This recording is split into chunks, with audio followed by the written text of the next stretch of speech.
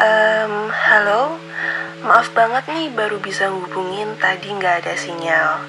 Hari ini cukup panjang perjalanan kami ke Alas Purwo. Ternyata seru banget. Yang awalnya takut karena dengar dari sosial media kalau katanya Alas Purwo itu mistik. Tapi mungkin Tuhan ngebuat skenario itu biar ngejaga alam dan isinya, karena ternyata Alas Purwo itu indah banget. Oke, mungkin ceritanya sampai situ dulu. Nanti aku sambung lagi karena kita mau jalan lagi. See you.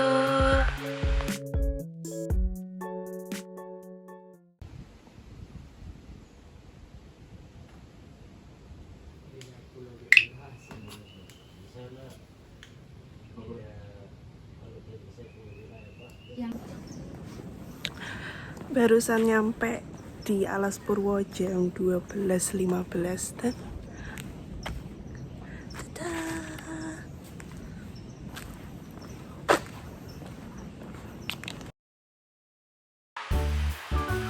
halo, aku udah sampai di homestay nih. Oke, hang on, aku bakal ceritain semua pengalaman seru aku di Alas Purwo. Tadi sih perjalanan kami itu kurang lebih 1 jam ya dari Jawatan. Dan berhubung aku yang nyetir, jadi maaf banget nih karena tadi nggak sempet ngangkat teleponnya. Overall, selama perjalanan itu sama sekali nggak macet dan kondisi jalannya itu bagus banget. Terus habis itu sampai di sana, kamu tahu nggak? Tiketnya itu terjangkau banget, Rp30.000 per orang. Kita udah bisa nikmatin keindahan alam. Dan sama tiket motornya Rp5.000. Cuma menariknya setelah kita memasuki gerbang Alas Purwo, 300 meter dari gerbang, kita ngeliat ada di sebelah kiri jalan itu bangunan yang sangat luas. Dan ngerasa kalau aku itu kebawa ke tempo dulu karena ngeliat dari bangunannya itu sendiri itu bener-bener bata expose, terus habis itu sangat unik dan ternyata itu adalah tempat ibadah dan ada situs juga. Cuma sayangnya kami cuma lewat doang karena agak takut. Tujuan pertama kami sih tadi itu ada di Savana Sadengan. Wah, kalau kamu lihat sendiri itu keren banget. Hamparan padang rumput seluas 84 hektar. Di sana itu tuh ada banyak banget fauna. Cuma yang aku lihat itu tadi ada kerbau, rusa, terus habis itu ada burung yang nggak tahu jenisnya apa, dan ada elang. Semesta tuh rasanya ngerestuin kami buat nikmatin itu semua. Karena situasinya itu nggak rame, jadi kami bisa ngelihat sepuasnya. Memang bener ya, ibaratnya semua itu bakal datang di waktu yang tepat.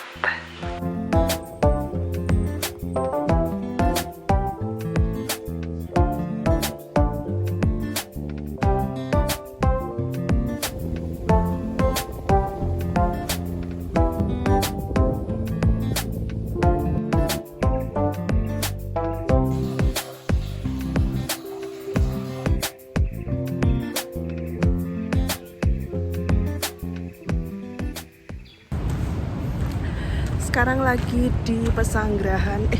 Namanya tuh Pesanggerahan apa ya tadi ya? Pesanggerahan ini. Dan di sini sepi banget.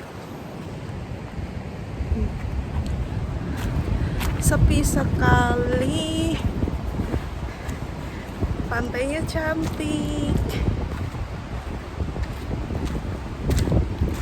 Wah. Cantik sekali, tapi tidak terlihat. Nanti akan sama ada orang yang lagi berdoa di sana. Tidak terlihat. Sekarang kita mau ngapain? Foto-foto aja kali ya? Terus kacau. foto-foto, terus kita kancau karena ini udah jam 2:07. Oke, kita foto-foto. Oh iya, eksplorasi kedua kami ada di Pantai Triangulasi. Hal yang menarik selepas dari pantai ini adalah ternyata meskipun datang bersama, setiap orang memiliki kesannya masing-masing pada setiap tempat.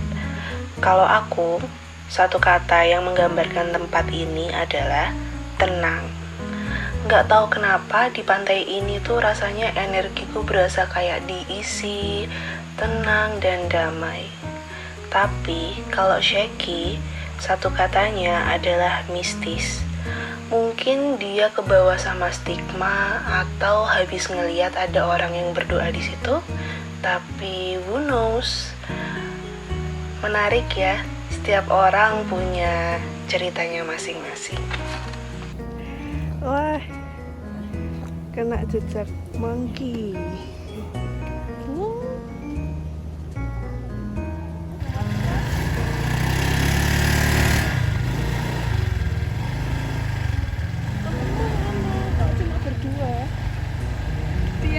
Lucu banget gak sih kak? Lucu banget ya Allah. Lucu banget.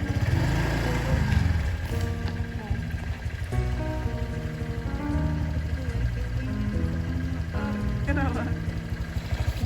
Boleh nggak muter lagi? Boleh. Sebenarnya ada hal yang mau aku ceritain lagi. Waktu perjalanan pulang dari Alas Purwo, ternyata tripod Sheki jatuh. Padahal itu bener-bener baru banget dibeli kemarin. Memang ya, perjalanan itu tuh bikin kita belajar banyak hal. Di hari pertama aja kami berdua itu udah langsung belajar. Untuk aku yang ketinggalan kabel charger dan Sheki yang kehilangan tripod. Kalau hal buruk itu mungkin akan terjadi di dalam perjalananmu. Tapi yang menjadi menarik dari perjalanan adalah enggak hanya mengenai destinasi, tapi bagaimana kamu menemukan diri kamu sendiri di dalam situasi yang enggak kamu harapkan. Aduh, kok jadi puitis gini sih? Yuk, aku lanjutin ke cerita yang lain. Janji ini cerita yang terakhir di hari ini karena bateraiku udah mau habis. Tujuan terakhir hari ini tuh kita eksplorasi rasa. Nggak afdol rasanya kalau nggak nyobain nasi tempong di Banyuwangi. Kalau kamu udah pernah nyobain belum? Kami itu pergi ke tempat yang cukup terkenal di Banyuwangi. Jadi kalau nggak salah tadi itu totalnya 70.000 sampai 90.000 berdua. Dapat minum 2, nasi tempong 2, sama 1 porsi terong. Untuk rasanya sendiri itu tuh untuk sambelnya dapat 2. Ada yang pedes banget sampai rasanya mau ditampol, sama ada juga sambal teri. Nah, untuk yang sambal teri ini aku suka banget soalnya itu nggak terlalu pedes, ada rasa asinnya sedikit sama ada segernya.